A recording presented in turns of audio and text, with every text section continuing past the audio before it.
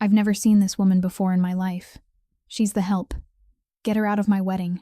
400 guests turned toward the back of the ballroom, where a maid in a torn gray uniform stood in oversized canvas shoes on the marble, raw marks from plastic ties still burning across both wrists. She hadn't been invited. She'd been offered money to disappear, and she hadn't taken it, so 12 hours ago, somebody had tried something else. Her name was Zoe Quinn, 26 years old, and for 2 years she'd cleaned the second floor of the Moretti estate without once raising her eyes to anyone. She'd pressed that wedding dress herself, and now she was standing at the back of the room holding one thing in her hand. Something small enough to close her fist around, and heavy enough to bring down every person in that ballroom. Please. 30 seconds. Then I'll go, and nobody has to call security. Get her off the floor. She's staff. She's nothing. No maid stands like that. Look at her. She isn't lowering her head. She's waiting for somebody to look at her. That isn't a servant's face. That's the face of a woman who's been waiting a very long time. And at the head of the room, Castiel Moretti, 38 years old. A man who'd never once had to raise his voice, because he'd never once needed to set down his glass and lifted 2 fingers. The room went silent. He didn't look at his bride in her white silk. He looked at the maid. Let her speak. Sir, 400 people are recording this. I know. Let her speak. The bride laughed and said nobody would remember any of this by dinner. She was wrong. By dinner, the whole city wouldn't remember anything else. Stay with us and find out what a woman can carry in her coat pocket for 7 years, and what happens when the most powerful man in Chicago finally asks a maid her real name. If this story moves you, go ahead and hit that like button. Share it with someone who needs to hear it today. And subscribe, so you don't miss what we bring you next. Now let's begin. With a house in Evanston that burned at 2:17 in the morning. The house stood in Evanston, on a quiet street about a 15-minute walk from Lake Michigan, and until 2:17 in the morning, on September 20th, 2019, there was nothing about it that an outsider would have had any reason to remember. Claire Ashford, 19 years old, woke not because of a sound, but because of a smell. A sweet, scorched smell slipped into her sleep before any of her senses could manage to give it a name. She lay still for a few seconds, thinking she was dreaming. Then she heard the wood. Not an explosion, not a scream, just the sound of wood cracking, steady and slow, as if someone downstairs were breaking the ceiling beams in half one by one. She sat upright, and her feet touched a hot floor.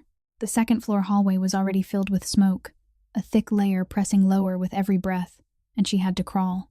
She crawled toward the end of the hall, toward her parents' bedroom door, a door she had passed every day for 19 years without ever once truly noticing it.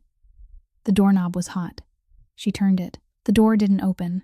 She turned it again, drove her whole shoulder into it, and the door only shuddered slightly in its frame, the way a door shudders when heat has swollen the wood and jammed it tight against the jamb. She pounded on it.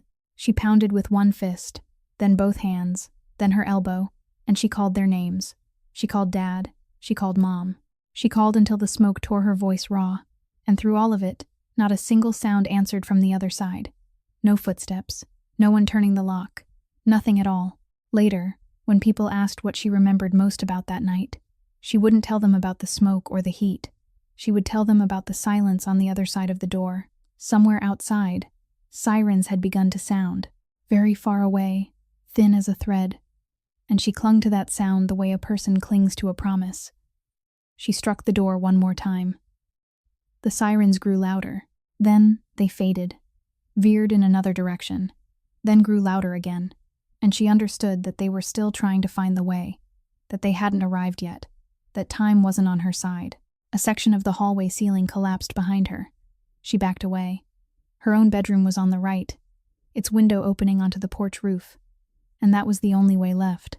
She dragged herself into the room, and in the final moment before climbing over the windowsill, she did something that for the next 7 years she wouldn't be able to explain to anyone, not even to herself. She reached out and grabbed the coat hanging over the back of the chair. It was an old coat, not hers. The coat her sister Vivian had left behind at the house years earlier, the one Claire had kept wearing because it was loose and warm, and in its inside pocket, untouched from that day until now, was still the brass key to the front door that Vivian had been given when she first came to live with this family. Claire clutched the coat to her chest and climbed outside. The porch roof broke beneath her weight. She fell onto the dew-soaked lawn and lay there listening as the sirens finally turned onto her street, and her left forearm was the last thing to begin hurting. It wasn't until someone knelt beside her and she saw the look on their face that she understood she was injured. She woke 3 weeks later. The hospital ceiling was white, with a crescent-shaped stain in one corner, and she stared at that stain for a long time before anyone found the courage to come into the room and tell her 3 things. The first was that her parents hadn't made it out of the house. The second was that her sister, Vivian Ashford, 24 years old, had been at home that night, according to a witness, that no one had found her anywhere, and that the official record would list her as missing, presumed dead. The third came from a man in a suit, not a doctor, who sat down in the chair beside her bed and spoke in the voice of someone reading the weather. 3 warehouses along the Calumet River bearing the name Ashford Freight and Logistics, the business her grandfather had built from a single truck, had been legally transferred, with complete documentation, to a company called Halberd Holdings 4 months earlier. Claire asked only one question. 4 months. The man nodded and said yes. 4 months. The documents were entirely valid, notarized, and filed with the state. Then he added that he was very sorry, that she should find a lawyer, and that he had to leave. She was left alone in the white room. Outside the window, someone was mowing the grass. She thought about the jammed door and the silence on the other side of it, and she thought about 4 months, and for the first time in her life she understood that there were some questions that, once you began asking them, would never stop. 3 days after the funeral, Claire went back to the burned house. The property had been cordoned off, and she didn't cross the line.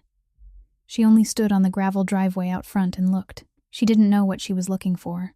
She bent down, picked up a shard of glass, then set it back down, and that was when she saw it lying at an angle between 2 pieces of gravel, about 1 step from the edge of the grass. A silver bracelet, flat-banded, with an old-fashioned clasp and lettering engraved on the inside. The silver had tarnished, but there was no smoke staining on it, no bending, no warping from heat. It lay there like something that had been taken off and thrown away, not something that had fallen out of a burning house. Claire knew that bracelet. She had seen it on her sister's wrist for years, until one day it disappeared and no one asked why. She picked it up, wiped it with her sleeve, and held it for a very long time in her aching palm. Then she slipped it into the inside pocket of the old coat, in the same place as the brass key, and she didn't take it out again for the next 5 years. During those 5 years, Claire disappeared from the world she had once belonged to. No money, no home, no one to call. She worked the night shift as a waitress at a 24-hour diner on Clark Street, from 10 o'clock at night until 6 o'clock in the morning, because the night shift paid more, and because no one working nights asked questions about anyone else's past.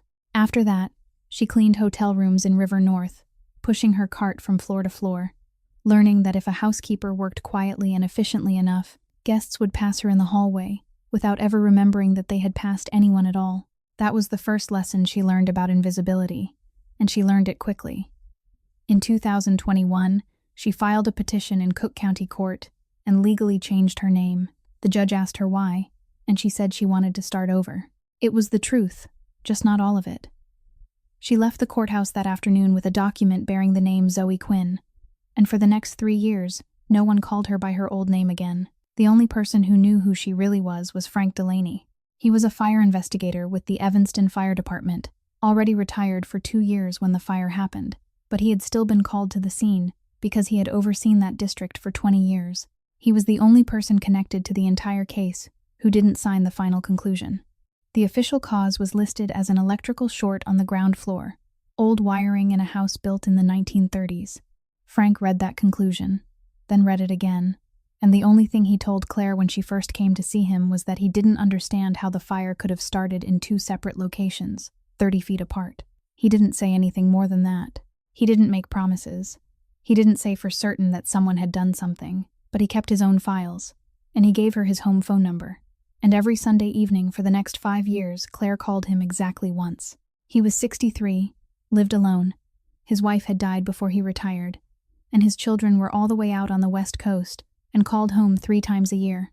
He was the only person left in the world who still called her Claire, and she was the only person who still called him. One morning, early in 2024, Zoe was sitting in a laundromat, waiting for the dryer to finish its cycle. Someone had left a copy of the Tribune on the chair beside her, and she picked it up only because there was nothing else to do. She flipped through the news section, then sports, then the society pages. There was a photograph from a charity event at the Peninsula Hotel. In the center of the frame stood a tall man with an unsmiling face, identified in the caption as Castiel Moretti, 38 years old. Beside him was a woman in a dark dress, one hand resting lightly on his elbow. The caption said the two had just announced their engagement, and her name was Sienna Hale. Zoe looked at the photograph. She didn't stand up, didn't cry out, didn't drop anything. She only tilted the newspaper closer to the window where the light was better and stared at the patch of skin just below the woman's left collarbone, where a small dark mole sat slightly toward the shoulder. She had seen that mole thousands of times during the first 19 years of her life. Every summer, every time someone in that house wore a wide-necked top. The dryer stopped with a beep. Zoe folded the newspaper. She folded it very carefully, edge to edge, exactly the way she still folded bedsheets at the hotel, then tucked it under her arm, opened the dryer door, and finished what she was doing. That evening, she didn't call Frank. She sat in her rented room for a very long time, with the newspaper spread open in front of her, and the only thing she did was turn on her computer and search to see whether the Moretti family in Lake Forest was hiring household staff. The position was for a second-floor maid, and it wasn't advertised anywhere publicly. It took Zoe 4 weeks to track down the name of the staffing agency that worked for the Moretti family, then another 3 weeks to get an appointment. Her record was perfectly clean, because it was almost completely empty. 3 years cleaning hotel rooms in River North with strong references, no listed relatives, no criminal record, no debt. The woman who interviewed her was middle-aged and worked for the staffing agency, and she asked exactly 7 questions, the last of which was whether Zoe would mind signing a confidentiality agreement. Zoe said she wouldn't. 2 weeks later, she received a call telling her she had been accepted for a 3-month probationary period, and they sent her an address in Lake Forest, along with a reminder that employees were to enter through the East Service Gate. The Moretti estate stood at the end of an unmarked road, hidden behind 2 rows of oak trees so old that from the street all anyone could see was a tiled roof and nothing else. The person assigned to train her was Marta Kellerman, 60 years old, the head cook of the house for 30 years. She didn't give Zoe a tour, didn't introduce her to anyone, and didn't explain the layout of the rooms. She poured her a cup of coffee in the kitchen, waited until she had finished it, then said there were only 3 rules in this house, and if she could remember those 3 rules, she could work there until retirement. Don't ask, don't look, don't remember. Zoe asked what the 3rd rule meant. Marta said it meant that if you heard something in the hallway, then by evening you no longer remembered hearing it, and if you truly couldn't remember, that was best of all. But if you did remember, then you had to learn how to live as though you didn't. She said it in the calm voice of someone who had repeated those words to many young women over 30 years and had watched most of them leave. Then she handed Zoe a stack of cleaning cloths and told her to start in the west hallway. For the first 2 months, Zoe didn't meet anyone in the family. She worked according to the schedule posted on the cabinet, ate with the other staff in the back kitchen, and every evening at 7 o'clock, when the family's dinner was carried into the formal dining room, everyone in the staff quarters sat down at the long wooden table in the kitchen. One evening, when someone complained that the staff food got cold too quickly, Marta said without looking up from her plate that she had been cooking for the table in that other room for 30 years and had never once been invited to sit at it. She said it the way someone might talk about the weather. No one answered. The meal continued, and no one mentioned it again. On Wednesday morning of the 9th week, Zoe was wiping the banister of the main staircase at the turn between the 2 floors when she heard shoes above her. She stepped back against the wall and lowered her head, exactly as she had been taught, both hands still holding the cloth. The woman came down slowly, one hand gliding lightly over the banister Zoe had just cleaned, talking on the phone about a dress fitting that had been rescheduled. The distance between them when she passed was less than 3 feet. Zoe could smell her perfume clearly. She could hear the voice clearly, the voice that had grown up in the same house she had. Except now it was rounder, slower, stripped of the northern suburban cadence it once carried. Sienna Hale didn't stop. She didn't glance over. She didn't lower her voice. She went all the way down the stairs, turned left into the small sitting room, and the door closed behind her. Zoe remained exactly where she was, cloth in her hand, her face turned toward the wall. She counted to 30. Then she finished wiping the remaining stretch of banister, exactly as the schedule required, and carried the cloth down to the kitchen. Marta was sorting beans at the table. She looked up and watched Zoe a little longer than usual, then said, "You're shaking." Zoe put the cloth into the basin, turned on the faucet, and answered that she was only cold. Zoe knew the master of the house had returned before she ever saw him. She was stacking towels in the second-floor linen closet when she heard the entire house change. No one shouted. No one ran. It was only that the laughter in the kitchen stopped in the middle of a sentence. The kitchen assistant's radio went silent, and the two gardeners smoking in the back courtyard crushed out their cigarettes and walked around toward the service entrance. Marta crossed the hallway carrying a tray of coffee and said nothing. But her back was straighter than usual. The house wasn't afraid. The house had simply changed the rhythm of its breathing, the way a room lowers its voice without being told when someone enters. Castiel Moretti was 38 years old, and in the month Zoe had worked there, she hadn't heard anyone in the house say his name in an ordinary tone of voice. They called him the boss, and they spoke about his schedule the way people spoke about weather that was about to change. That afternoon, when he came out of the study and into the hallway with a man named Emmett Doyle, one of his cufflinks fell onto the carpet. Zoe was standing 4 steps away with a tray of folded towels in her hands. She set the tray down on a small table, bent to pick up the cufflink, placed it on the edge of the tray, then lifted the tray again and continued toward the linen closet. She said nothing. She didn't look up. She didn't stop and wait. Behind her, the footsteps stopped. He called to her. Zoe turned and kept her eyes at the level of his tie. He picked the cufflink off the tray, rolled it once between 2 fingers, then asked how long she had worked there. She said 4 months, sir. He gave the faintest nod and said, 4 months, and this is the first time I've heard your voice. Then he continued on.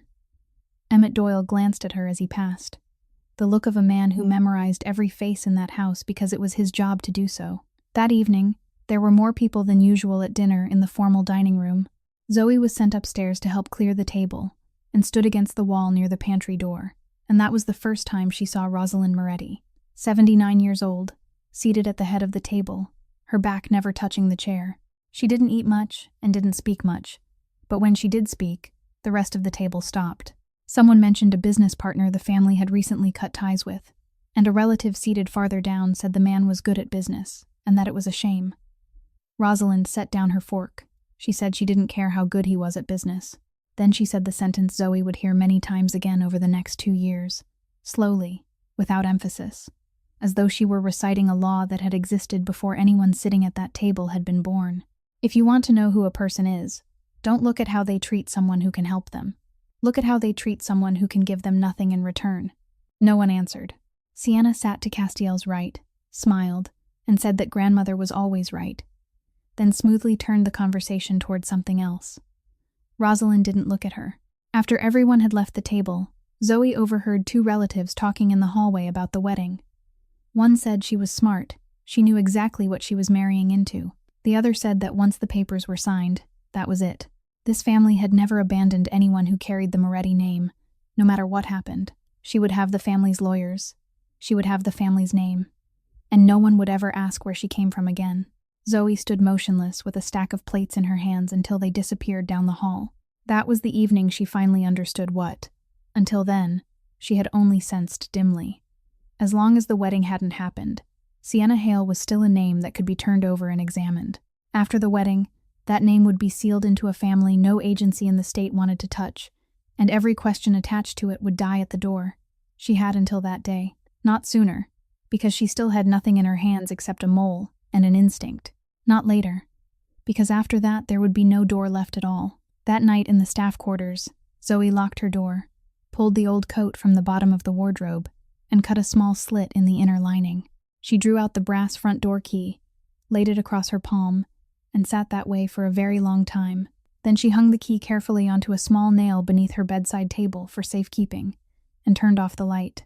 That brass key had been given to Vivian on a June afternoon in 2009, right there in the hallway of the Cook County Courthouse, just after the adoption had been finalized, and she was 14 years old. Vivian had been in foster care since she was 7, had passed through 4 families, and had learned not to unpack her entire suitcase anywhere. The Ashford home was the 5th place. They had taken her in 10 months earlier, and throughout those 10 months, she had still slept with her suitcase zipped shut beneath the bed. That afternoon at the courthouse, after the judge signed the papers and everyone stood up, Diane Ashford sat down on the bench beside her and didn't hug her, didn't cry, didn't say any of the things adults usually said on occasions like that. She simply opened her purse and took out a small box. Inside was a silver bracelet, with words engraved on the inner surface. Diane fastened it around Vivian's left wrist, straightened the clasp, then said, "You can read it whenever you want. It doesn't have to be now." Vivian didn't read it then. She read it that night, alone, in the second-floor bedroom. Then she lay listening to water moving through the old pipes, and for the first time in 7 years, she pulled the suitcase out from beneath the bed and unlocked it. Walter Ashford wasn't good with words. He was the kind of man who took someone along with him instead of asking questions. That summer, he began bringing Vivian to the warehouses along the Calumet River on Saturday mornings. At first only so she could sit in the office and do her summer schoolwork, then later so she could follow him between the rows of pallets. By August, he was teaching her to drive a forklift. He stood beside her for 2 weeks, with his arms folded across his chest, and said only 3 things. Go slow. Watch the forks, not the wheels. And if you're not sure, stop. Nobody ever died because they stopped. The day she lifted a pallet into the correct position on the second-level rack without shifting a single box, he didn't applaud. He only nodded toward the workers standing nearby and said, "My girl learns faster than I did at her age." Vivian heard those words and didn't say anything for the entire ride home. She had lived 14 years without ever being anyone's girl.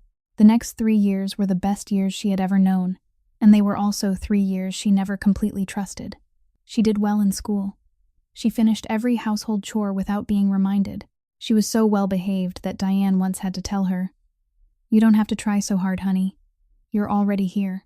Vivian smiled and said yes, then got up early the next morning and folded laundry anyway. In the summer of 2012, when she was 17, the Ashfords held a backyard gathering because one of Walter's uncles had come in from Ohio. Vivian was carrying a tray of ice past the kitchen doorway when she heard 2 adults talking on the other side of the wall. One of them asked whose daughter the older girl was, saying she didn't look anything like Walter.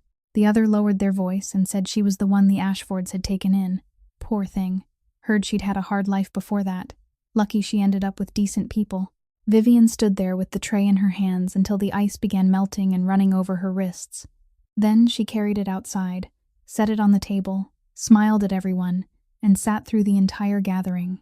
But after that evening, something in the way she heard people had been permanently damaged.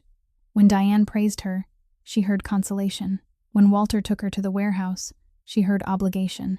When someone in the family said they cared so much about that girl, she heard the word cared and understood it as pity. One autumn night that year, mother and daughter sat at the kitchen table after Claire had gone to bed, and Vivian asked a question she had been carrying in her head for 3 months. She asked, "Why did you choose me?" Diane didn't answer right away. She turned the teacup slowly in her hands, then said, "Because your father and I saw you 3 times before we decided, and all 3 times we saw the same thing." Vivian said, "I didn't want to be chosen. I wanted to be born." Diane set the cup down and looked at her daughter for a very long time.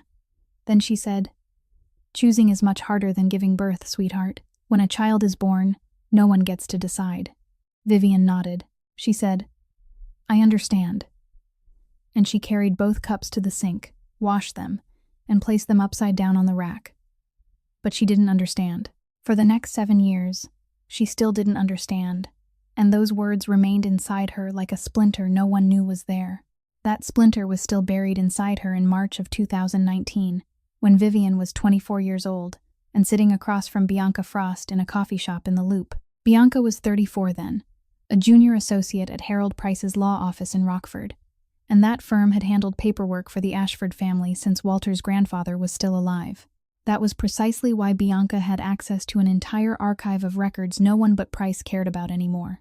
The 2 women had met through a small corporate gathering, and Bianca was the first person in Vivian's life to say something she had been waiting years to hear, without knowing she was waiting for it. Bianca said that adopted child or biological child, the paperwork treated them the same, but people's minds never did, and Vivian would always be the one who had to prove she deserved her place, while everyone else only had to show up. Vivian remembered sitting very still for a long time after hearing that. Bianca laid everything out on a paper napkin. A limited liability company registered in Delaware, called Halberd Holdings.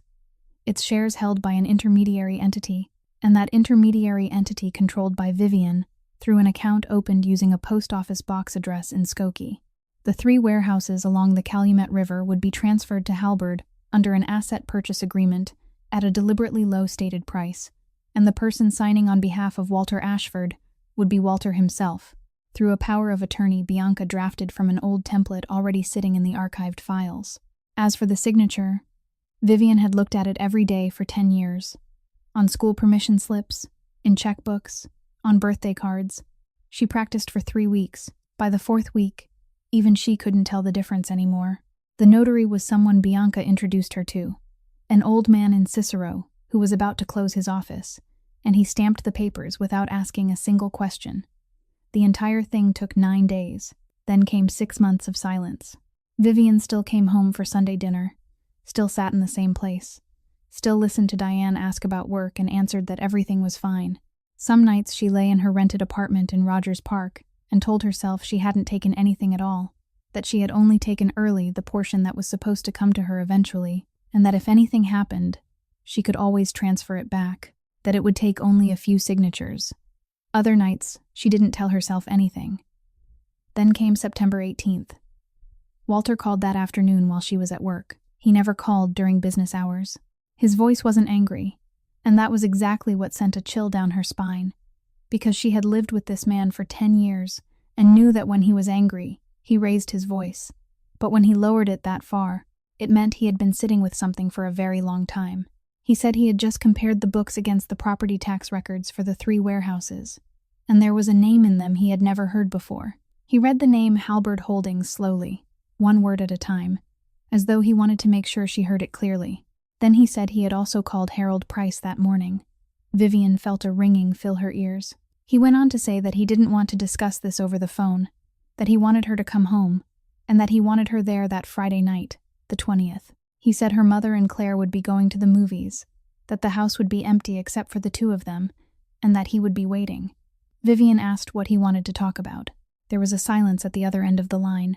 Then Walter said there were some things that had to be said while looking someone in the face, and he hung up. Vivian sat in her car in the parking lot for 40 minutes afterward, both hands resting on the steering wheel. She called Bianca. Bianca said it might not be as bad as it seemed, that he hadn't said anything specific, that maybe he only wanted clarification. Vivian said she had forged his signature on a notarized document, that by itself was a felony in this state, that he had called his lawyer before calling her. Then she said the sentence she would repeat inside her head for the next 2 days, all the way through the night of September 20th. He's going to turn me into the police. 7 years after the night of September 20th, the woman named Sienna Hale stood in the grand drawing room of the Moretti estate during a reception near the end of the month and spilled a glass of red wine onto the carpet. She was laughing, sweeping one hand through the air to emphasize something, and the glass tipped. The wine spread into a long, dark stain across the pale wool. There were about 30 guests in the room. Sienna turned her head, looked around, and called out. She didn't use a name. She only said, "You there," and Zoe stepped forward with a cloth in her hand. Zoe knelt down, first on one knee, then both, and began blotting the stain. Sienna remained exactly where she was, her feet no more than a handspan from Zoe's hands, and continued the conversation she had been having with the guest beside her, talking about a new restaurant that had opened in the Gold Coast, talking about how difficult it was to get a reservation. Someone in the room shifted their feet away. Someone else looked down into their glass. Zoe blotted up the last of the wine, folded the cloth so the stained side was tucked inside, stood, and stepped back. She looked up only once, and in the doorway leading to the hall, Castiel Moretti was standing there with one hand in his pocket. How long he had been there, she didn't know. He said nothing. He didn't enter the room. When Zoe passed through that doorway on her way back to the kitchen, he looked at her, then at the damp patch still left on the carpet, then turned away. 2 weeks later came the incident with the gardener. His name was Reiner. He had worked there for 11 years, and that morning he was trimming the hedge beside the driveway when Sienna came outside. He looked up, nodded, and said, "Good morning, ma'am." That was all. By noon, the house manager had been informed that the gardener didn't need to return. Marta asked why, and the house manager said the future mistress of the house believed staff weren't supposed to greet first, that it was the wrong way around. The entire kitchen remained silent through lunch that day. 3 days later, Reiner was back beside the driveway with the same old pruning shears. No one explained anything.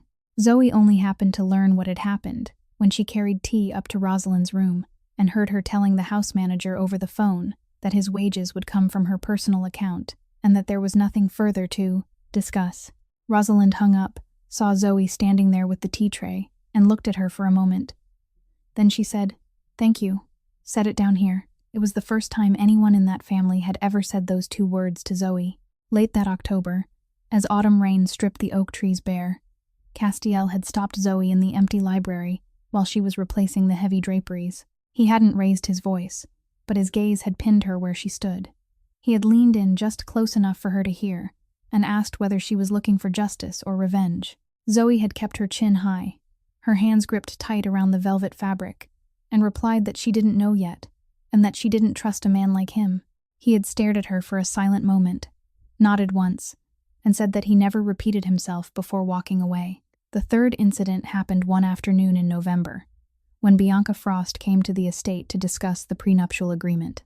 Zoe was cleaning the glass in the adjoining reading room. The connecting door left slightly open, and the two women sitting in the next room didn't lower their voices. Bianca asked whether they ought to be careful, because the house had so many servants, and servants heard a great deal. Sienna laughed.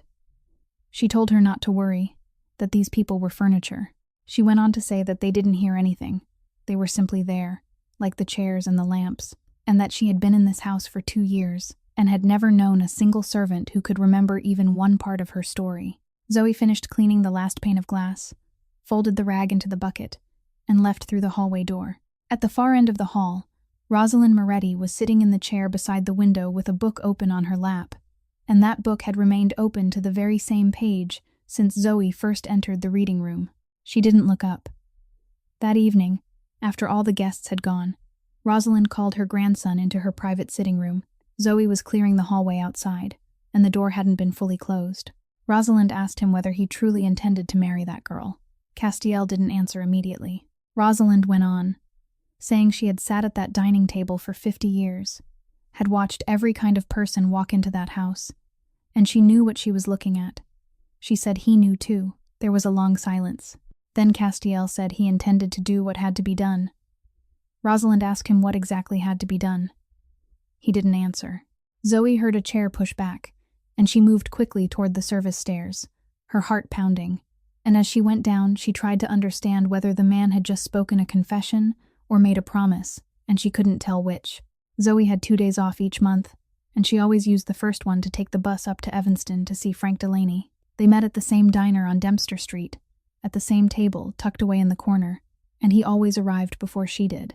69 years old, walking with a slight limp because of his left knee, and always ordering her a plate of eggs before she got there, even though she had told him many times that she wasn't hungry. He never asked her about the work inside that house. He only asked how many hours she had slept, how many meals she had eaten, and whether anyone in there was kind to her. This time he came with a paper envelope worn soft around the edges. He set it on the table but kept one hand resting over it, then said he had done something he probably shouldn't have done. He told her that for the past several months he had been looking through the business records for Halbert Holdings on his own at the state registry, then tracing them back to Delaware, then through several intermediary entities that held ownership on paper. He said that company didn't just own her family's 3 warehouses. It owned other things too, in other places, and money had moved through it in amounts that a company holding nothing but 3 abandoned warehouses could never have had. Zoe asked what that meant. Frank sat quietly for a while, then said, "I don't know yet. I only know the name isn't clean, and more importantly, someone is still using it even now." Then he lifted his hand from the envelope and told her about the real lead. He said he had called the old law office that had represented the Ashford family in Rockford.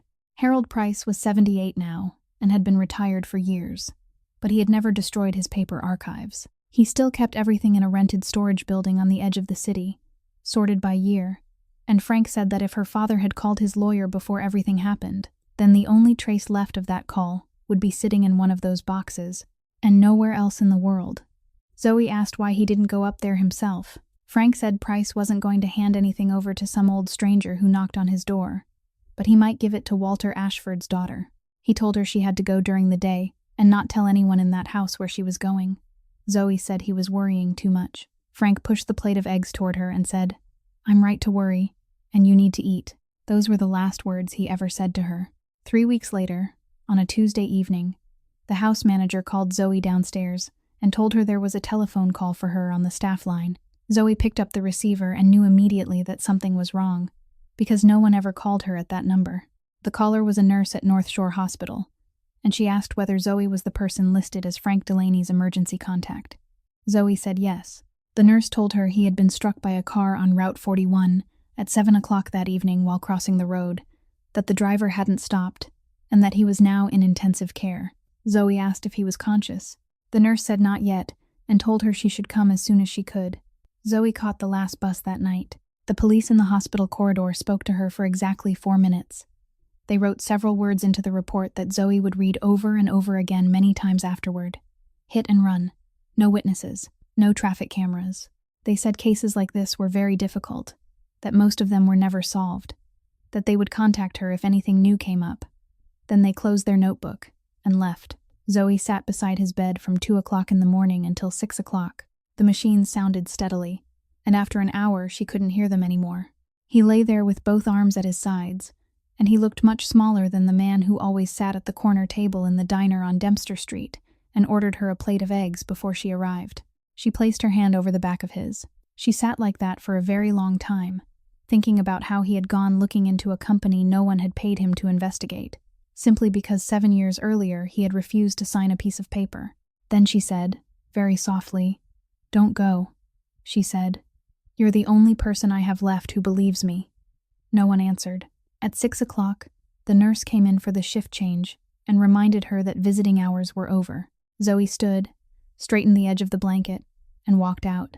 On the bus back to Lake Forest, she sat by the window and watched the highway slowly brighten with morning, and the only thing she thought about for those entire 40 minutes was 3 weeks. Only 3 weeks since he had told her about Rockford. That Sunday, when 7 o'clock came, she still picked up the phone out of 5 years of habit, and only then remembered there was no one left on the other end of the line. 11 days after the night at the hospital, an early snowstorm brought down power lines all along the northern stretch of the lakeshore, and by 7 o'clock that evening, the Moretti estate had lost electricity. The backup generator could power only the kitchen, the security system, and the ground floor. The entire second floor disappeared into darkness. Marta pulled a box of candles from the cabinet beneath the stairs, handed one to each person, and told Zoe to take one up to the study because the boss had been there since the afternoon. She added that Zoe was to set the candle down and leave immediately, not linger, not ask whether he needed anything. Zoe carried the candle upstairs by way of the service staircase. The flame gave enough light for only 3 steps ahead, and she counted the stairs from memory. The study door was slightly ajar. She knocked twice, heard no answer, then pushed it open.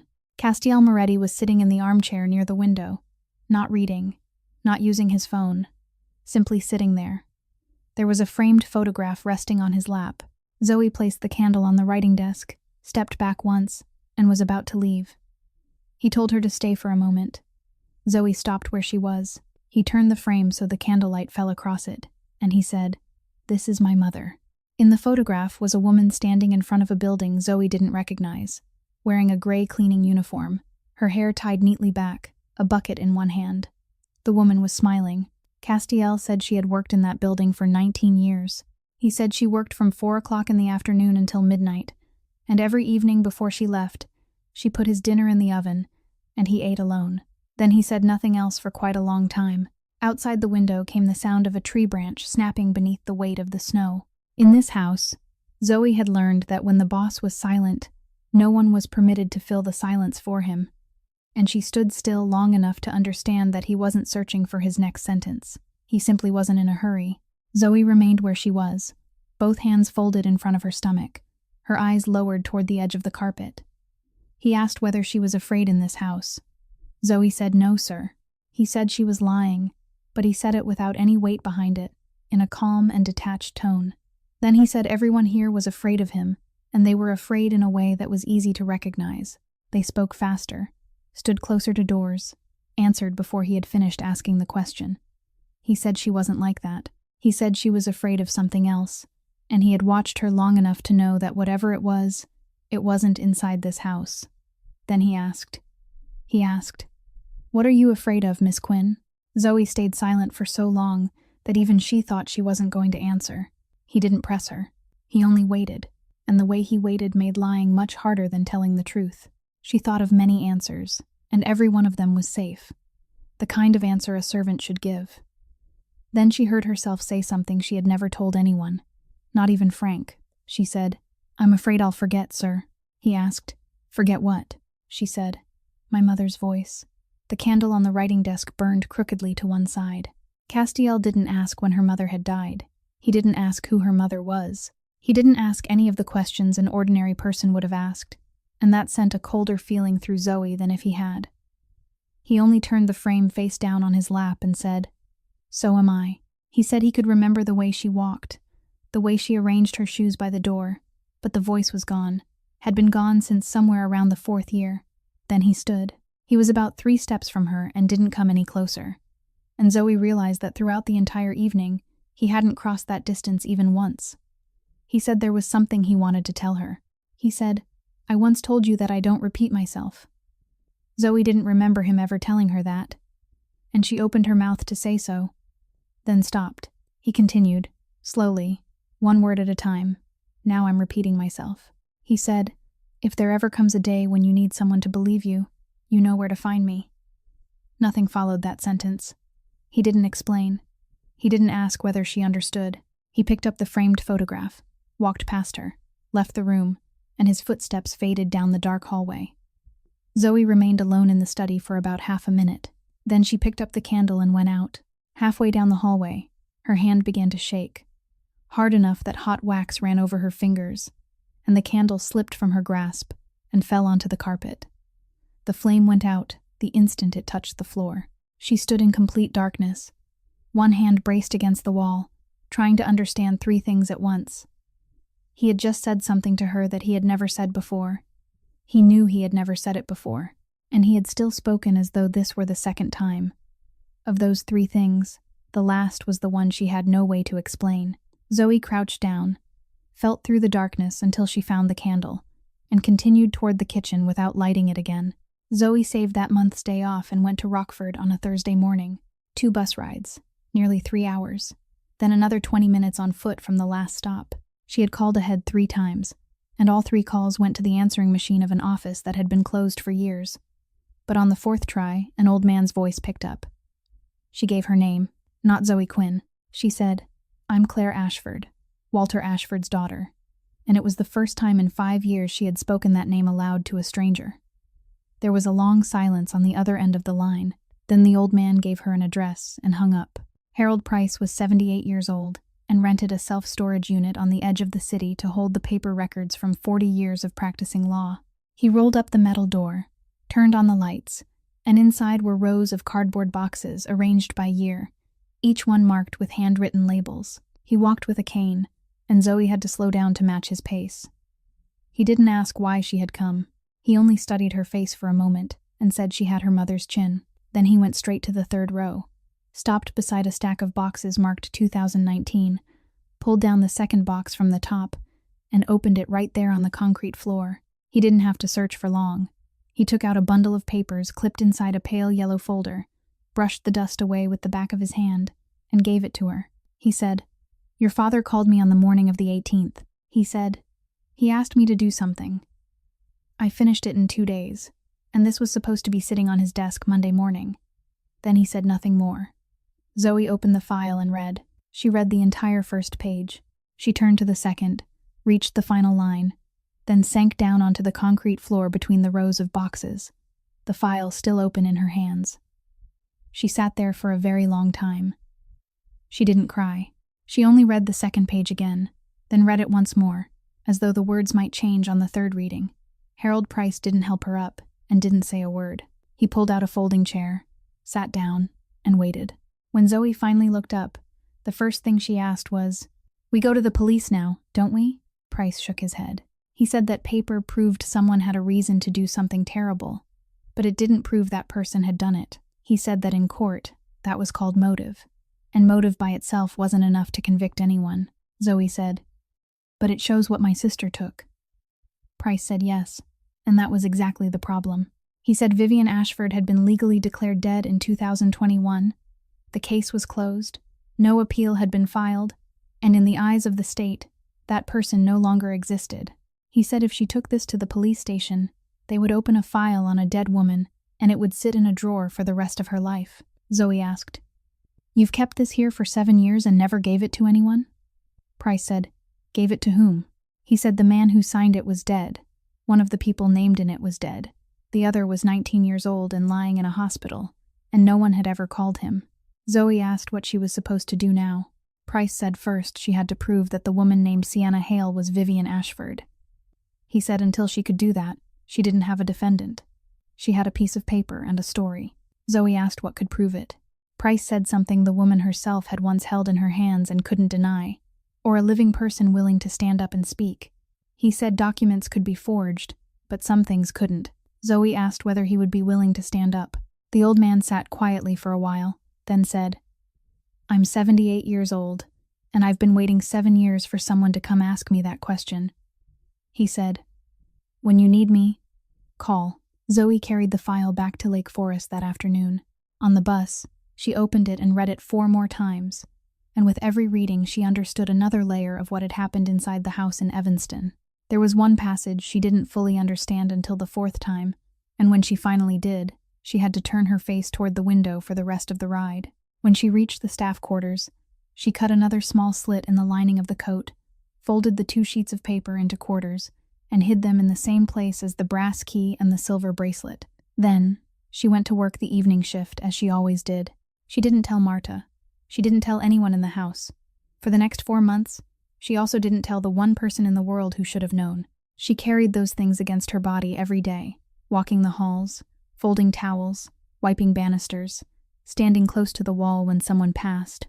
And no one in the Moretti estate had any idea that the second-floor maid was carrying inside the lining of her coat something powerful enough to bring an entire wedding crashing down. Those 4 months passed in a kind of quiet that Zoe would later understand was the quiet before a storm. The house was busy with the wedding. Curtains were measured again. The carpet in the grand hall was replaced. Guest lists were drawn up. And every conversation in the kitchen revolved around what 400 people were going to eat. Zoe did her work and counted down the days. She left the papers untouched inside the lining of her coat and didn't take them out even once, because she had calculated that they would be useful exactly 1 time, and if she used them at the wrong moment, there wouldn't be a second chance. By the middle of June, something began to change. She noticed that every week there were more unfamiliar faces at the east gate. Noticed that Emmett Doyle was in the house far more often than before. I noticed that the study door was now always closed, and someone was stationed outside it. Then one Friday afternoon, the house manager found her in the west hallway and told her the boss wanted to see her. Zoe went upstairs. Castiel was standing at the study window with his back to her, and he didn't turn when she entered. There was an envelope on the writing desk. Without looking at her, his voice flat, neither higher nor lower than usual, he said she was dismissed. Zoe stood still. He continued, saying the envelope on the desk contained severance pay equal to 6 months of wages, along with a signed employment certificate she could use when applying elsewhere. He said the house manager would arrange for her to leave the staff quarters the following Monday, and if she needed a letter of recommendation sent somewhere else, she only had to say so, and someone would take care of it. Then he said the last thing, "Take the money and don't come back here again." Zoe asked, "What did I do wrong, sir?" He didn't answer. She asked a second time, and this time her voice was steadier than she expected. She asked whether anyone had complained about her, whether anything was missing, whether she had damaged something or done something wrong. Castiel kept looking out the window. He said it wasn't necessary. He said, "You don't need to ask, and I don't need to explain. That's how things work in this house, and you've been here long enough to know that." Zoe looked at the envelope on the desk. She thought about the 2 sheets of paper hidden inside the lining of her coat. She thought about Harold Price sitting on the folding chair between 2 rows of boxes and telling her that when she needed him, she should call. She thought about how, the following Monday, she would be standing outside that east gate with a bag in her hand, and after that she would never be able to enter again, never be able to stand near that woman even 1 more time. Then she asked, "Could you let me stay until the wedding?" Castiel turned around. It was the first time during the entire conversation that he looked at her. He didn't ask why. He didn't ask what the wedding had to do with a second-floor maid who was about to be dismissed. He only looked at her for a very long time, long enough for Zoe to count the beats of her own heart, long enough that she began to think he wasn't going to answer and she would have to leave on her own. Outside, a lawnmower started, then went silent. In that stretch of silence, Zoe hardly dared to breathe, because she knew this man never hesitated in front of other people, and the fact that he was hesitating now was something she had never seen happen in the 2 years she had lived in this house. Then he said, "All right." Just those 2 words. He added no conditions and said nothing else. He turned back toward the window, and Zoe understood that the conversation was over. She picked up the envelope, said "Thank you, sir," and left. The news reached the kitchen before she did. Marta was chopping onions, and she put the knife down so hard that the cutting board cracked against the table. She said that in 30 years, she had never seen anyone dismissed without a reason. She said this girl hadn't taken a single sick day, hadn't broken anything, hadn't made anyone repeat an instruction twice. She told Zoe, "Let me go upstairs and speak to him. I've been cooking for this family since before the boss was old enough to shave." Zoe said, "Please don't, Marta." Marta asked why not. Zoe said, "Because if you go up there, he might change his mind about letting me stay." Marta stood still and looked at her. Then she asked, "Why do you want to stay? Leave now. You're young, you can find work anywhere." Zoe didn't answer, because there was no answer she could give in that kitchen.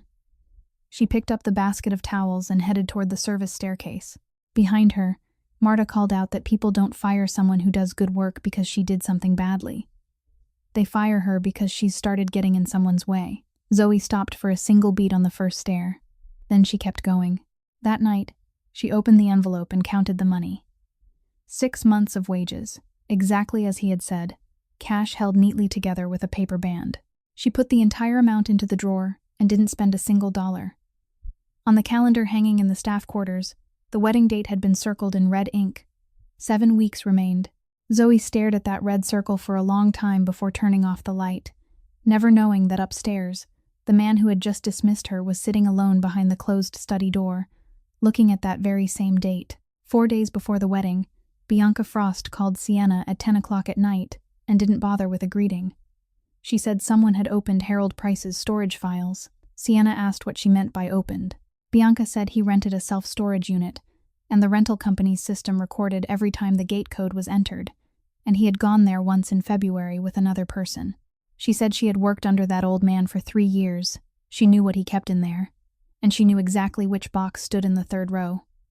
Sienna said nothing for a moment. Then she asked who had gone with him. Bianca said she didn't know.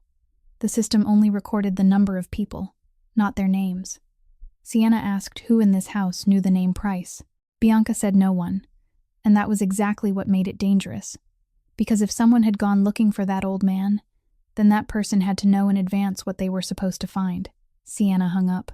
The next morning, the house manager was ordered to inspect the entire staff quarters under the explanation that security needed to be reviewed before the wedding, and all the servants were told to go stand in the back courtyard for half an hour. Zoe stood beside Marta, with both hands tucked into the pockets of her apron. Her old coat was hanging at that moment among dozens of uniform coats in the basement laundry room closet, not in her room, and it had been hanging there since the day she was dismissed. They found nothing. No letters, no photographs, no documents, no second phone.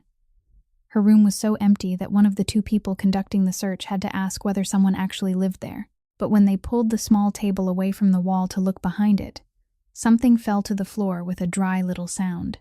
It had been hooked onto a nail beneath the tabletop. They picked it up, examined it, saw that it was only an old brass house key, the kind every home had a few of lying in a drawer somewhere, and they were about to put it back. Sienna was standing in the doorway. She held out her hand. She took the key, turned it beneath the ceiling light, and looked at the head of it, where there was a shallow scratch shaped like the letter V. She had carved that mark herself with the point of a pair of scissors when she was 15, in the Ashford kitchen, because there had been 4 identical keys in the house, and she wanted hers to be different. Sienna stood completely still. She said nothing to the 2 people conducting the search. She only closed her fingers around the key, and for those 3 seconds her face changed in the way a person's face changes when they realize something has happened that can't be undone. Then she turned around. Zoe was standing in the hallway directly behind her, about 2 steps away. still holding a stack of clean towels, and she had been there from the beginning. Sienna looked straight into her face. It was the first time in 2 years she had ever done that. The two women stood facing each other in the staff corridor, and neither of them spoke for about 10 seconds. Then Sienna said one word, very softly, almost nothing more than breath. "Claire." Zoe set the stack of towels on the chair against the wall. She said, "Hello, sister." She said, "It's been a long time."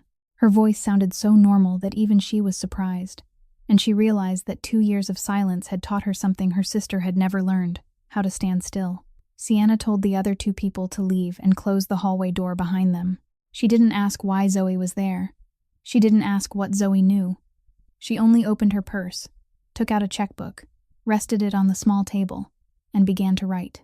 She wrote slowly and carefully, then tore out the check and placed it on top of the clean towels. She said, "I think this amount is reasonable." She said, "You take it, you leave this state, you choose anywhere you like, and within a week you can buy yourself a place to live and start something decent." She said, "I'm not asking how long you've been here, and I don't want to know." She said, "I'm getting married this Saturday, and after Saturday, things are going to be very different for everyone, including you." Her voice never rose. Not a single word was spoken as a threat. That was exactly what made Zoe feel cold. Zoe looked at the check lying on top of the white towels. She didn't pick it up. She said no. Sienna asked, "What did you say?" Zoe said, "I'm not taking it." Sienna stood still, then gave the smallest nod, put the checkbook back into her purse, and picked up the check as well. She said, "Suit yourself." Then she opened the hallway door and walked out, and she didn't look back. Zoe remained there alone. She looked at the brass key still lying on the small table where Sienna had set it down when she took out the checkbook. She picked it up and slipped it into her apron pocket. For 2 years, that woman had walked past her every day, on the stairs, in the hallways, in the dining room, and not once had she stopped. She had recognized her own younger sister only when she looked down at a piece of brass resting in her palm. She had always seen objects. She had never seen people. At 11:40 on Friday night, Zoe went down to the basement laundry room and took the old coat out of the locker. She put it on, buttoned every button, and walked toward the east gate, intending to spend the night at an inn outside town until morning. She didn't make it all the way down the driveway. A small van was parked outside the gate with its lights off, and 2 men were leaning against it. One of them asked whether she was Zoe Quinn. She said yes. The other opened the rear door and told her to get in. No one raised their voice. No one touched her. The first man only said, "We don't want trouble right outside Mr. Moretti's gate, and neither do you. Get in." Zoe looked around once. There was no one at the east gate. The lights in the staff quarters had been off for a long time. She climbed into the van. They took her phone and the cloth bag she was carrying and tossed both onto the front seat. They didn't touch the coat she was wearing. The van drove for about 40 minutes, heading south, then turned into a marina area at Montrose Harbor. Zoe recognized the place the moment she saw the row of boat storage buildings, because 7 years earlier the police had brought her to this exact place to identify her sister's car.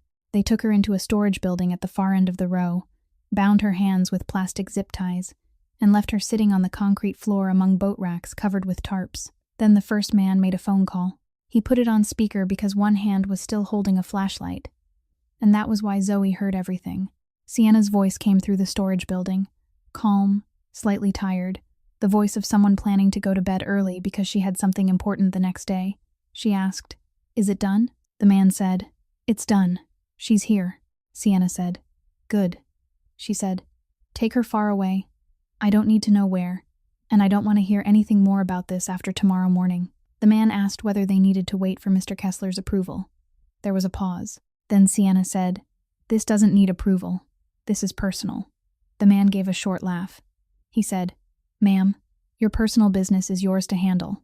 Mr. Kessler's men follow Mr. Kessler's orders," he said. "He told me to ask you one question before we do anything tonight. He wants to know that after tomorrow, once you're carrying that family's name, who do you work for?" Zoe sat motionless on the floor and heard her sister's answer with perfect clarity. Sienna said, "I work for myself." She said, "I always have." The man said, "I'll tell him exactly that." Then he asked one more question, in the ordinary tone someone might use to ask about the weather. Do you want us to take care of the old man at the hospital too? He still hasn't woken up, but the doctor says there's a chance. Zoe lifted her head. Sienna asked, What old man? The man said, The fire investigator from Evanston, the one who's been digging through Halberd's company records for months. He said, Mr. Kessler doesn't like anyone touching that name because his money has been moving through it for 8 years now. And that's why back in November he had someone deal with the old man on Route 41. Inside the storage building, Zoe felt as though all the blood in her body had drained into her feet. On the other end of the line, Sienna stayed silent longer than at any other point in the entire call. She said, I didn't know about that, and I don't want to know. The man said yes and ended the call. He turned off the speaker, slipped the phone into his pocket, then sat down on a plastic crate and told the other man to have Ray bring the vehicle down in 2 hours, because being out on the road at this hour invited questions. The other man nodded and went outside to smoke. The rolling door closed, and only a single yellow bulb hanging from the middle of the ceiling remained inside the building. Zoe sat with her back against the leg of a boat rack, her hands bound in front of her stomach, and she didn't think about where she was. She thought about Frank Delaney lying in intensive care for the past 8 months, because of a name he had looked into for her. She thought about how for all those 8 months she had believed her sister was responsible for what happened to him, and she had been wrong. And the truth was much worse, because it meant the woman who was about to walk down the aisle at noon tomorrow wasn't only the person who had burned a house in Evanston. She had spent 2 years inside the Moretti home as someone else's operative. Every schedule, every appointment, every name that passed across that dining table had traveled back out through her. And no one in that house knew. The man sitting on the plastic crate looked at his watch and told her, You should sleep. It'll make this easier. We have a long time. Zoe didn't answer. She sat still, and inside the lining of the coat she was wearing, no one knew there was a silver bracelet and 2 sheets of paper folded into quarters. The clock on the storage building wall read 12:25 in the morning. The wedding would begin in 11 hours and 35 minutes. The vehicle didn't come at 2 o'clock. It didn't come at 4 either. Near 6 in the morning, one of the 2 men took a phone call, swore under his breath, and both of them went outside to stand in the parking lot, leaving the rolling door partly closed and the yellow bulb still burning. Zoe had spent the previous 6 hours rubbing the plastic zip tie against the sharp metal edge of the boat rack leg, slowly, steadily, only about 1/8 of an inch at a time. The tie snapped at 7:15. She remained sitting for another 40 minutes to make sure no one came back inside. One hand pressed against her stomach, counting her breaths. At 8:05, she stood up. The rolling door was locked from the outside, but on the rear wall, close to the ceiling, there was an aluminum ventilation cover, and on a nearby metal shelf sat a screwdriver someone had forgotten long ago, buried beneath a thick layer of dust. She climbed onto the boat rack, removed all 4 screws, and pulled the cover free. The opening was just wide enough for a thin person. She stood listening for 2 minutes. Outside, the 2 men were still arguing about the vehicle that hadn't arrived. She pushed the coat through first, then squeezed herself after it. She dropped into the parking lot behind the building, the concrete cold against her skin, and that was when she realized she had somehow lost her shoes. Both wrists were red and raw, but she didn't look down. She ran. Out of the marina, across Montrose, and she didn't stop until she saw a delivery truck idling at the corner. The driver was loading boxes of bread. He looked at her bare feet, looked at her wrists, then opened the passenger door. He asked only one thing. Do you want me to call someone? Zoe said no. I just need to get to the nearest train station.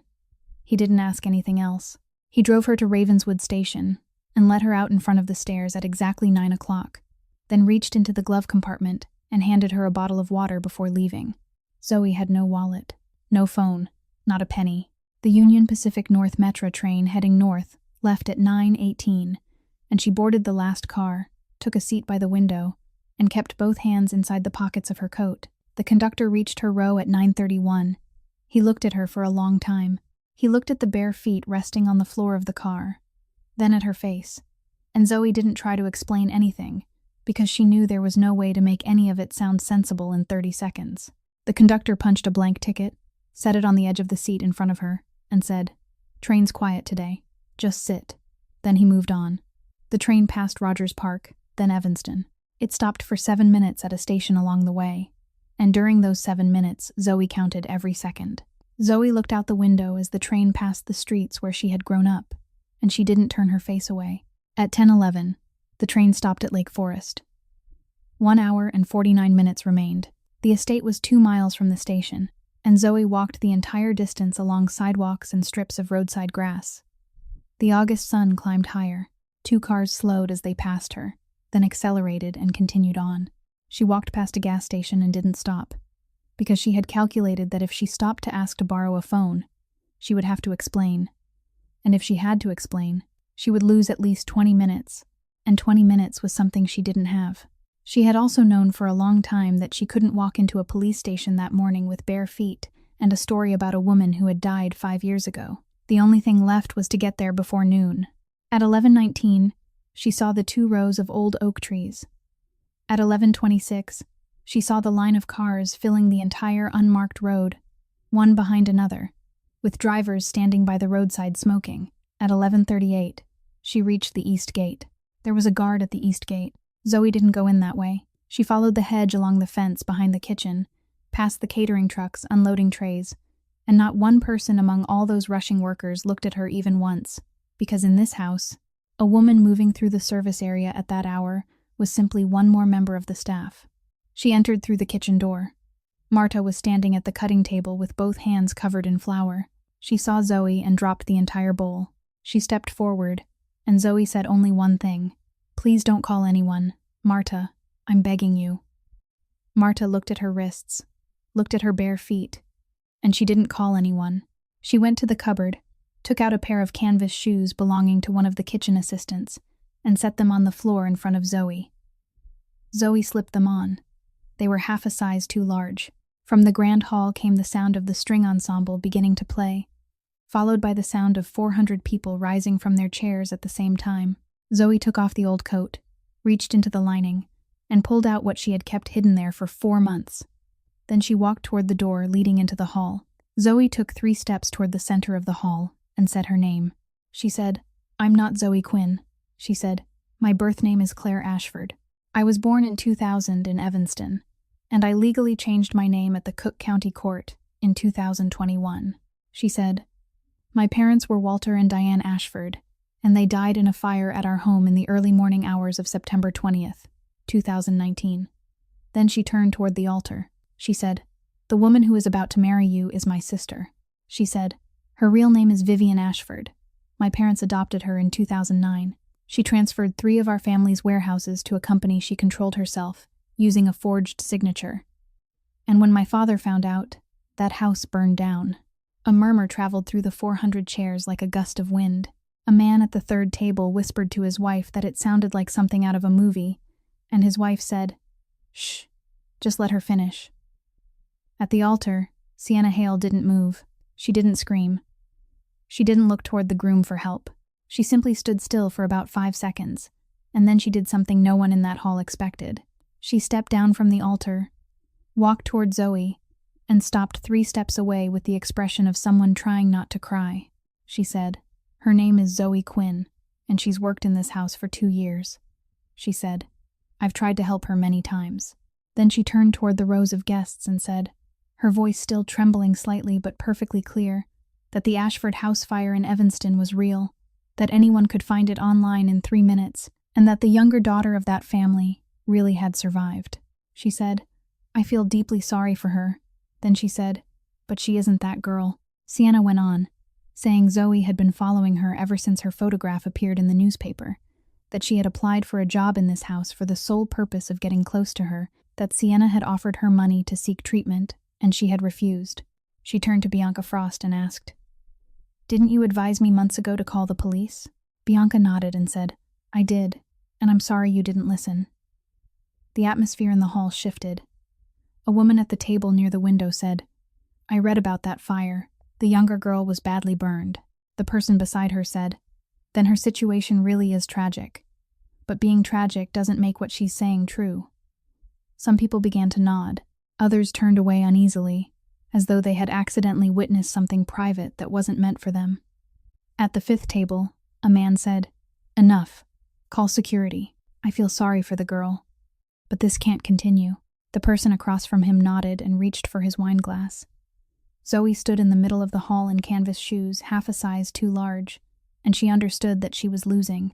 Then she walked to the long table covered in white linen in the center of the hall, where the guest book had been placed, and opened her fist. She set a silver bracelet on the tabletop. The sound of metal touching wood was very small, but everyone in the hall heard it because for the 2 seconds before that, no one had been speaking at all. Zoe didn't raise her voice. She kept the same voice she had always used as a servant in the house, and perhaps that was exactly why people listened. Zoe said, "I found this in the gravel driveway in front of my house 3 days after my parents' funeral." She said, "It hadn't been burned." Then she said to Rosalind Moretti, "Would you please read the inside for me?" Rosalind stood. She walked from the family table to the guest book table, not quickly, and the entire hall waited for her to cross the distance. She picked up the bracelet, took her glasses from her purse, put them on, turned the bracelet so the light fell across the inner surface, and read aloud. She read, "Vivian, chosen, never taken in." She read, "Mom and Dad, 2009. Then she lowered her glasses and said nothing more. Somewhere near the back of the hall, someone dropped a glass.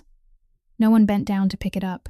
Zoe pulled an old photograph from inside her clothes and handed it to the nearest guest. She said, "This was taken in 2009, in the backyard of my house." The photograph passed from one hand to another, across the first table, then the second, and Zoe stood still and watched it travel. There were 4 people in the picture. A 14-year-old girl stood to the left of Walter Ashford, leaning slightly toward him, and around her left wrist was a flat silver bracelet. A woman at the second table lifted the photograph to eye level, then looked up at the bride standing in the middle of the hall, then lowered her eyes to the photograph again. She said very softly to the person beside her, "Same chin." The person beside her said, "It's not the chin, it's the eyes. Look at the eyes." At the far end of the hall, someone stood all the way up to get a better look, and Sienna Hale, who for the past 7 minutes hadn't lost control for even a single beat, lifted one hand for the first time and touched her own left wrist. Bianca Frost had been on her feet since the photograph reached the second table. She moved along the side aisle with her purse in one hand and her head lowered, and she made it to within about 4 steps of the hall doors before Emmett Doyle stepped out of his position and blocked her path. He didn't touch her. He only said that no one was leaving yet. Bianca stopped. She looked toward the altar, then at Emmett, then at the 400 faces now turned toward her. And over the next 30 seconds, she gave up everything. She said, "Her real name is Vivian Ashford." She said, "I'm the one who created her new identity records in 2020. I took the document templates from Mr. Price's archives, and the money used to build the identity came from the property insurance payout made to Halberd Holdings." She said, "I also drafted the forged power of attorney in 2019 to transfer the 3 warehouses, and she practiced Mr. Ashford's signature herself. I didn't practice it for her." Then she said the last thing. "I have all of it on the computer in my office. If you want it, take it. I only drafted the documents." Sienna turned her head and looked at her. She said, "I've supported you for 7 years." Bianca said, "You've paid me for 7 years. Those are 2 different things, Vivian." And that was the first time that entire morning that anyone other than Zoe had called the bride by her real name. Then Castiel Moretti stood up. He came down from the altar steps carrying a black folder that no one had noticed he had been holding from the beginning. He set it on the white-covered table beside the silver bracelet. He said, 10 months ago, someone told me that my shipping schedules and my movements were being leaked outside this house." He said, "I had everyone in this house reviewed. Everyone, including the cleaning staff." Then he turned toward Zoe. He said, "And I found a maid with a legal name change filed in 2021. A family that died in a house fire in 2019, and a very good reason for being inside my home." The entire hall went silent. He continued, "I approached you once, last October, and I asked you one question." He asked Zoe, "Do you remember what I asked?" Zoe said, "You asked whether I wanted justice or revenge." He asked, "And what did you say?" Zoe said, "I said I didn't know yet, and I told you I didn't trust a man like you." Castiel nodded. He said, "You refused me, and I left you alone." He said, "Then on the night the power went out, I said it again, because I don't repeat myself, ever. But that night I did." Zoe went still in the middle of the hall. She remembered him standing 3 steps away from her in the dark study and saying those exact words, and for the past 8 months she hadn't understood why he had spoken as if it were the second time. He continued, 4 months ago, I dismissed you. He said, Kessler's people had started asking about you, and the only way to get you out of this house without raising suspicion was to fire you in front of everyone. He said, you asked to stay until today, and I agreed, and that was my mistake, not yours. Then he opened the folder. He said, today's wedding was never a wedding. He said, I needed one morning when every one of Nathan Kessler's people believed they had won, so they would sit still long enough for me to get what I needed. He rested one hand on the documents and said, for the past 3 months, every call made from her room has been recorded, legally, under a court order, and not by me. Chairs scraped backward at several tables near the rear. Sienna said, and for the first time her voice broke. You knew. She said, you've known for 10 months. She said, you still had dinner with me. You still took me to choose the ring. You still kissed me. Castiel looked at her and said, no, he said, I never kissed you. He said, you just never noticed. And something inside that woman finally broke apart. She didn't cry. A short, dry laugh escaped her, and she turned toward the 400 people watching her. She said, fine, then fine.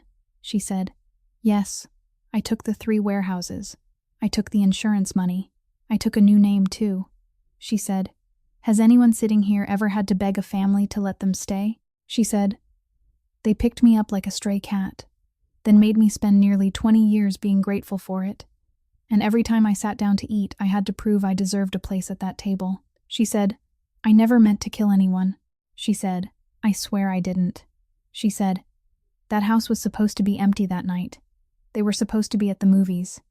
He told me so himself over the phone. Then she stopped, and she heard what she had just said, and one hand rose to her mouth. But it was already too late. 400 people had heard her, and in the middle of the hall, Zoe Quinn reached inside her clothes, took out the 2 sheets of paper that had remained folded into quarters for 4 months, and placed them on the table. Zoe said, this was signed on September 9th, 2019. She said, 11 days before the house burned. Rosalind picked up the 2 sheets of paper, put on her glasses for the second time that morning, and read them aloud for the entire hall to hear. It was an amended will from Walter Ashford, prepared by Harold Price's office, dividing the entire family estate equally between Vivian Ashford and Claire Ashford, explicitly stating that there was to be no distinction between an adopted child and a biological child. Then Rosalind reached the handwritten note in the margin of the second page, written in Walter's own hand and addressed to his lawyer. She read, Harold, I know what the girl did with those warehouses. She read, I won't call the police. She read, I'm going to call her home and tell her she doesn't need to steal something that was already hers. There wasn't a sound left in the hall. Zoe turned toward her sister. She said, Dad didn't call you home that night to turn you over to the police. She said, Dad called you home to tell you that. Then she repeated a sentence she had heard her mother say in the Ashford kitchen many years earlier, word for word. She said, Mom once told you, choosing is much harder than giving birth, sweetheart. When a child is born, no one gets to decide. She said, Mom and Dad chose you twice. She said, the second time was 11 days before they died, and you never knew. The woman in the white wedding dress managed to remain standing for about 3 more seconds. Then both her knees gave way against the marble floor, and for the first time in 7 years, Vivian Ashford truly cried. Rosalind Moretti rose from her chair. She said, This family has one rule, and I've said it at that dining table no fewer than 100 times. She said, if you want to know who someone is, don't look at how they treat a person who can help them. Look at how they treat someone who can give them nothing in return. She said, for 2 years, you walked past your own sister every day inside this house, and couldn't bring yourself to look at her face even once. She said, it wasn't because she hid well. She said, it was because to you, the person carrying the plates wasn't a person. Then she turned to her grandson and said, call the Federal Bureau of Investigation office in Chicago. Don't call our people. Emmett Doyle stepped forward half a pace and said, Ma'am, we have other ways to handle this, and if the federal authorities come into this house, they won't only ask questions about her. Rosalind looked at him and didn't answer. Castiel was the one who answered. He said, I know. He said, it will cost this family. Then he said, "Let it cost us, and make the call." The evidence they handed over would finally dismantle Nathan Kessler's syndicate within weeks, ensuring every person involved in the hit-and-run and money laundering faced federal indictment. He also had the Evanston Police Department contacted, so the investigation into the 2019 fire could be reopened. While they waited, Rosalind walked to the head of the banquet table, pulled out the chair that had been reserved for the bride, and told Marta to help Zoe over to sit down. Zoe said, "I can't sit there, ma'am. I'm staff here."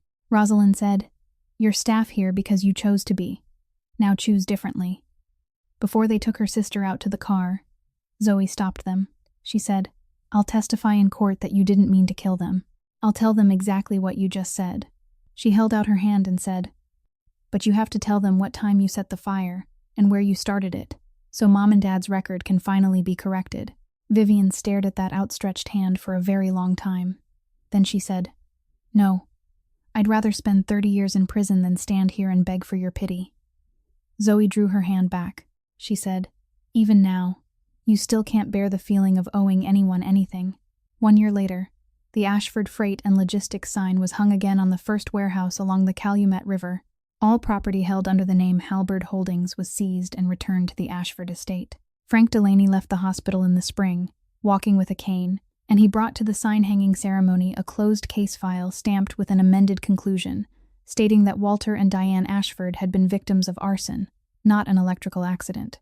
Castiel offered to invest in her business with no interest and no deadline. Zoe refused and accepted only a formal loan with interest, a written contract, and an 8-year repayment term. She said, "If I take it for nothing, then I'm the one standing below again, and I don't want to stand below anyone anymore." He sat quietly for a while, then said, "All right, sign the contract." Their second wedding had 19 people and was held inside the first warehouse, between 2 rows of pallets. Rosalind sat at the head of the table. To her right sat Marta Kellerman. Marta asked, "Why are you having me sit here? I'm the cook." Rosalind said, "Exactly, and for 30 years, no one invited you to sit down. That was this family's failure. Today I'm correcting it." At a federal prison in Illinois, Vivian Ashford received an envelope with no letter inside, only a photograph of the newly restored Ashford Freight sign. She looked at it for a very long time. Then she pushed the envelope into a drawer and never picked up a pen. This story leaves us with something very simple. Vivian lost everything not because she was poor, and not because she had been adopted. She lost everything because she believed there were people in this world who were people, and others who were merely furniture. For 2 years, she walked past her own sister every day without recognizing her. Not because her sister had hidden herself so well, but because Vivian had never once bothered to look at the face of the person carrying her plates. Castiel Moretti, on the other hand, remembered the face of a maid after 4 months, simply because he still remembered that his own mother had once worn that same kind of uniform. That was the entire difference between 2 human beings. True character is never measured by how we treat those in power, but by the dignity we offer to those who have nothing to give in return. Real respect lives in very small things. In whether we remember the name of the person serving us, whether we say thank you to the person cleaning up after us, whether we look the person in front of us in the eyes. Those small things tell us everything about who we are. If this story touched you, please press the like button and subscribe to our channel so we can continue sharing meaningful stories with you every day. Share this video with someone you think may need to hear it today, and tell us how this story made you feel. Have you ever known someone in your own life who was treated as though they were invisible? Leave a comment so we can listen to what comes from deep within your heart. We wish everyone watching this video good health, a joyful life, and peace in each day. Goodbye, and we look forward to seeing you again in the next video.